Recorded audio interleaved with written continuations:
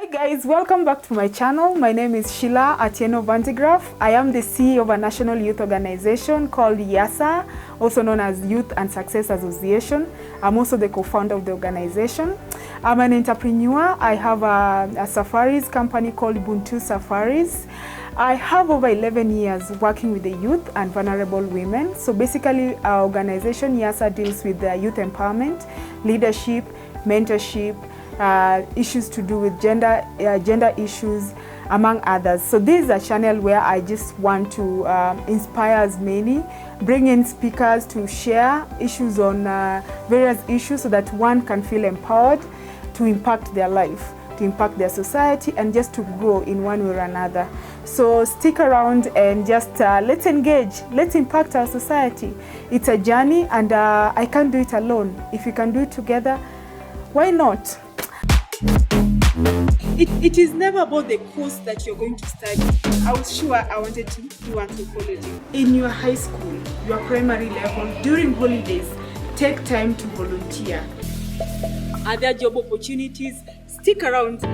So I remember the last video I did, I talked about why I studied anthropology and why parents are always concerned on which courses their children should do, or the young people always looking around which is the best course to study, and the things people look around in terms of which course to choose and how to go about it. I've also highlighted how to choose your career path, so please check it out, and hopefully the videos will help you understand the world of career and just understand who and why I decided to take anthropology and why anthropology was an awesome choice for me. So today I want to talk about something different, and I mentioned in my profile, I think I must have picked on it just as by the way, that I was the regional coordinator for Africa for when I was only 25 years old. That's a story for another day. It was like, it's just an amazing journey that I've had in my years. But I wanted to highlight something as the regional coordinator for Africa, what it meant. It meant that I had to coordinate all the Anglophone countries. Go into the map, Google search, and know how many Anglophone countries are. Anglophone countries are countries that are speaking English. I had my partner, Aliou, who was from Niger, who was coordinating French countries. So I know you'll ask me, how do you become a regional coordinator for Africa when you're only 25? What made you to be the regional coordinator? What was the journey? What can you share about your journey? And what can the young people learn about that journey? But today I just wanted to highlight some of the things I learned by even imagining to apply for such a position. I mean, they only needed 2 people from Africa. 2 people, one from Anglophone countries and the other one from the French countries. So that was just a big challenge. So when opportunities come in your life, there are a lot of things that play around, And I want to highlight to you some of the things that played around in my life when I wanted to apply for that regional coordinator opportunity. 1, procrastination. So when the opportunity opened up, I saw it on one of the websites, and it showed that we are looking for a regional coordinator for Africa, and first they'll come for orientation at the WHO headquarters in Geneva, Switzerland. Wow, that was just amazing. No, that came later on, but I think the first one was we are looking for 2 people, one from the Anglophone countries and the other one from the French countries, Francophone countries in Africa. That was really, it was a big challenge. But then when I read it, I looked into it and I was like, the deadline is in a month's time, so I will work on it. Probably those people who say I like working well under pressure. That's another language for somebody who loves procrastination. So I said I'll work on it towards the end of the week, end of the month, maybe some few days to the deadline. And somebody, I don't know who told me that, you know, when you either apply on the very first people or on the very last people. So for me, I wanted to apply on the very last people, not because I had a strategy, but I think I have had an issue with procrastination.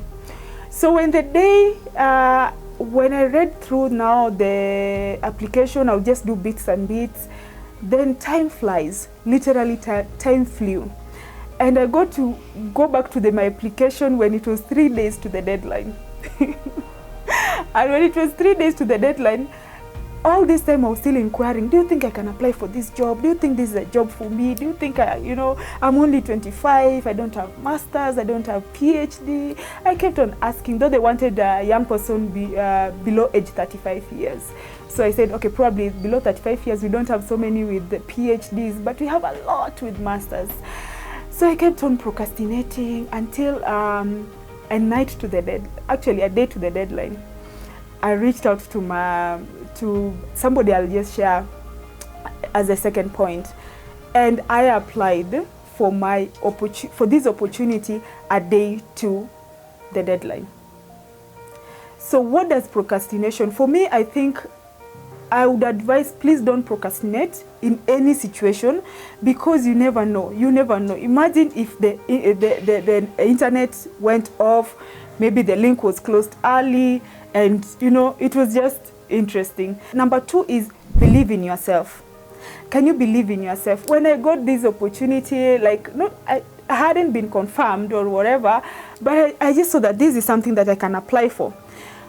But trust you me, I went around asking everyone. I think I must have asked even the watchman. I don't know. I just asked anyone who could hear me, and told them of the opportunity, and I was waiting for them to tell me no, and 98% told me this is not your opportunity, because they told me they are looking for only one person from Africa. Then they said, do you know South Africans speak English? Do you know Nigerian, our brothers speak English? Our sisters from Nigeria, West Africa. So they listed for me so many countries with millions and millions of people speaking English. And they asked me, why would you think that they will choose you for that opportunity? Why? Do you think you are even good enough? So please guys, when you see an opportunity, believe in yourself. Don't go asking every Tom, Dick and Harry. I asked. And the only person that I asked and told me, go ahead, is my mom. The third is, who are your friends? When you see an opportunity and the friends you have, you are the only one who is shining in your group, who is shining in that group, you need to change your group of friends. I remember I asked around from my friends, and most of them were just telling me, no, you're 25, you're just a few years from graduation, you don't have that much experience, I don't think you're worth the job. Oh my God, that was so sad. But I kept on asking my friends. Some were telling me no, some were telling me try, some were telling me please don't. But when I reached out to my family member, the one I trust the most, my mother told me, my daughter, I'll go pray for you, and I'll just take a few minutes, pray for you, and I'll seek God's guidance. I'll seek God's guidance on this. But there's never harm in trying. That's what my mom told me.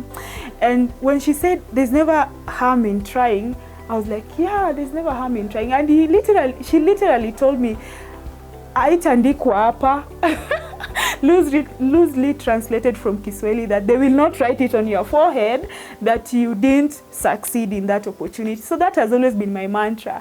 When I want to try something, when I want to do something, and I apply and maybe I get rejection, I apply or maybe I don't get through, it will not be written on my forehead that I didn't manage. So my mother was that friend that who just came out and said, go for it. Number 4, when you're applying for an opportunity, look at the skills you have. And before you get that opportunity, have you built your skills? What I can advise the young people and anyone out there, work as much as possible to build on your skills. Work as much as possible, build on your skills.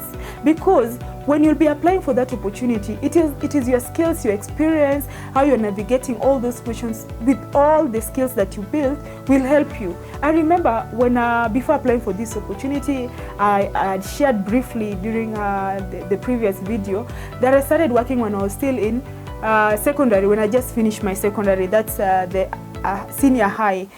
During my holidays at university, I never used to go back home. I would volunteer my time. I would work for various organizations. By the time I had graduated, I had 6 years of experience.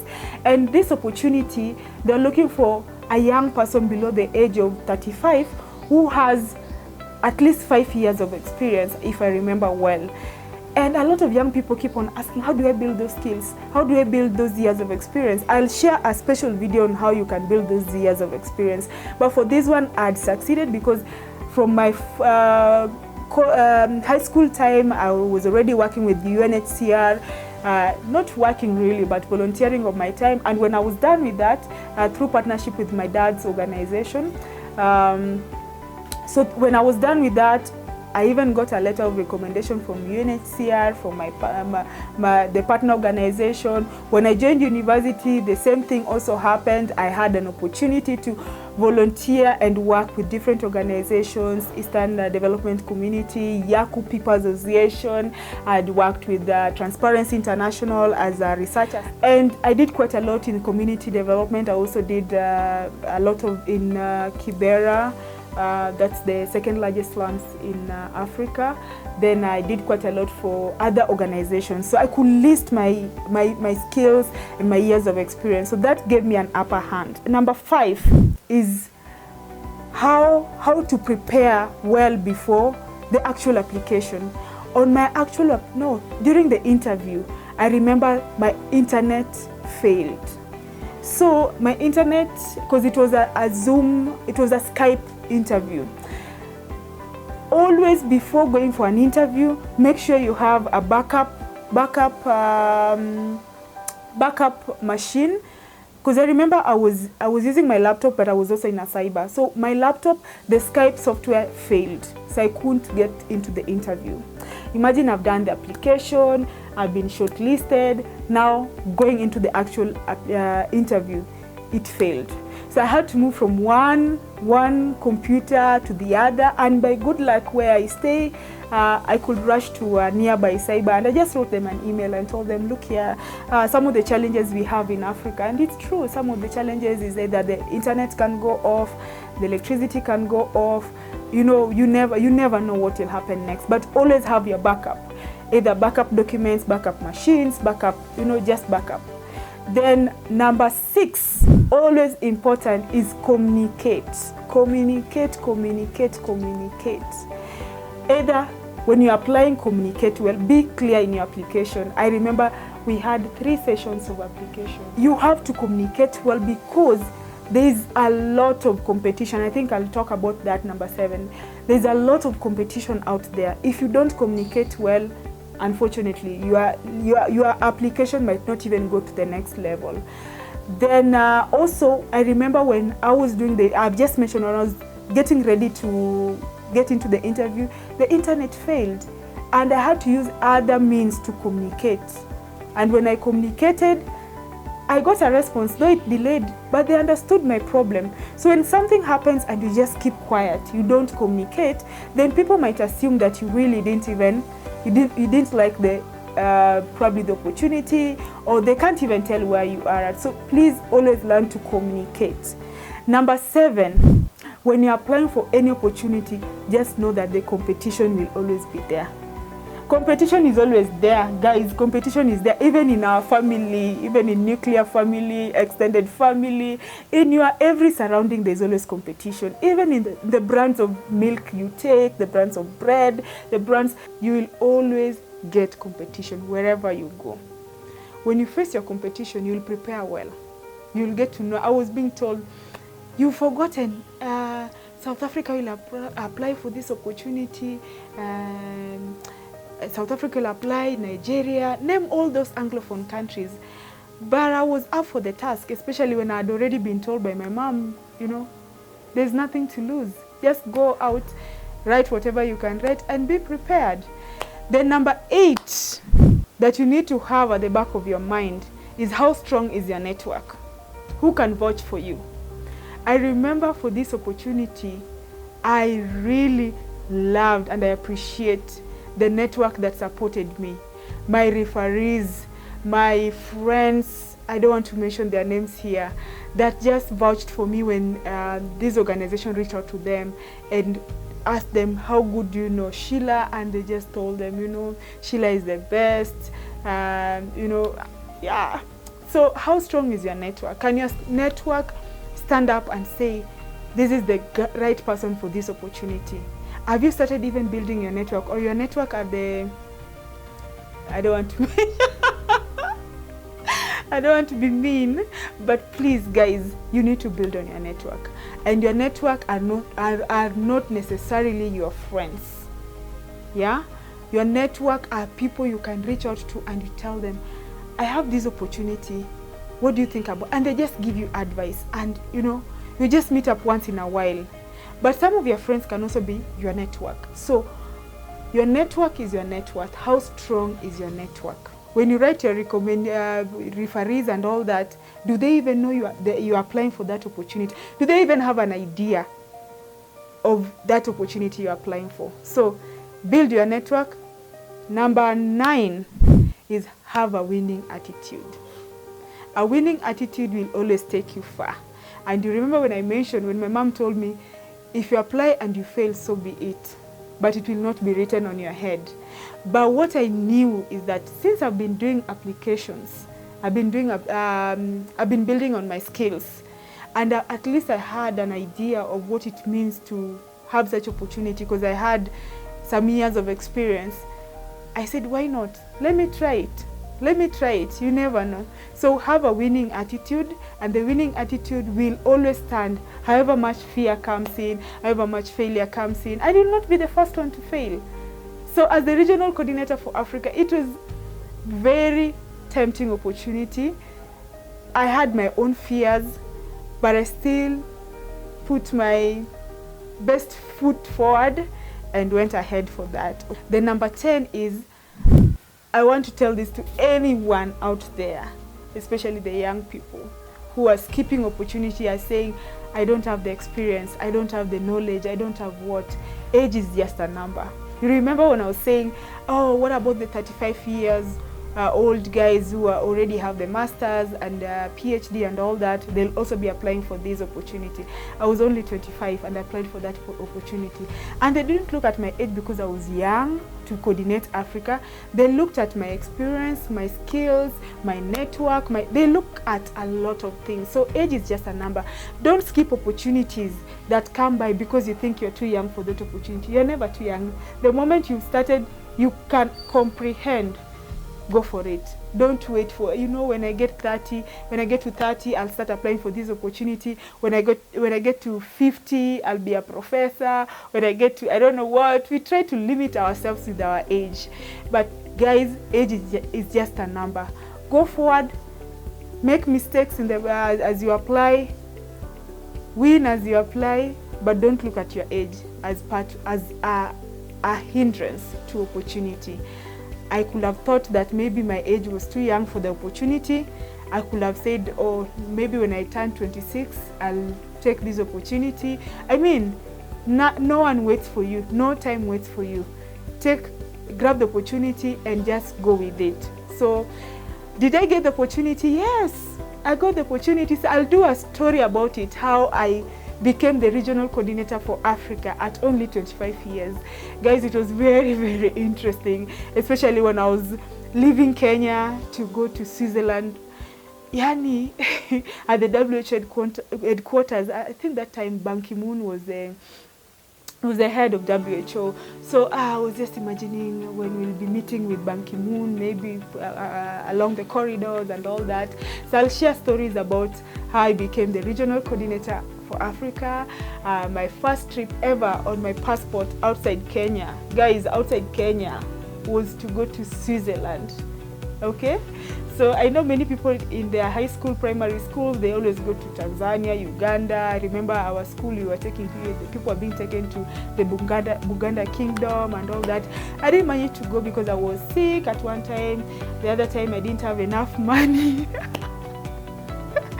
So my first visa on my passport was to go to Switzerland as the regional coordinator for Africa. That's a story for another day. I really appreciate you guys for subscribing. I really appreciate you guys for the good comments and the person who reached out to me for this video. Thank you so much. Please continue to subscribe. Hit that bell. Put all. When you hit it, put all so that you can get all the notification. I hope this my content helps somebody out there so that they can just come out of their comfort zone, because no time waits for no one. We can impact in our little ways, in our big ways, and when we come together, the world will not be the same.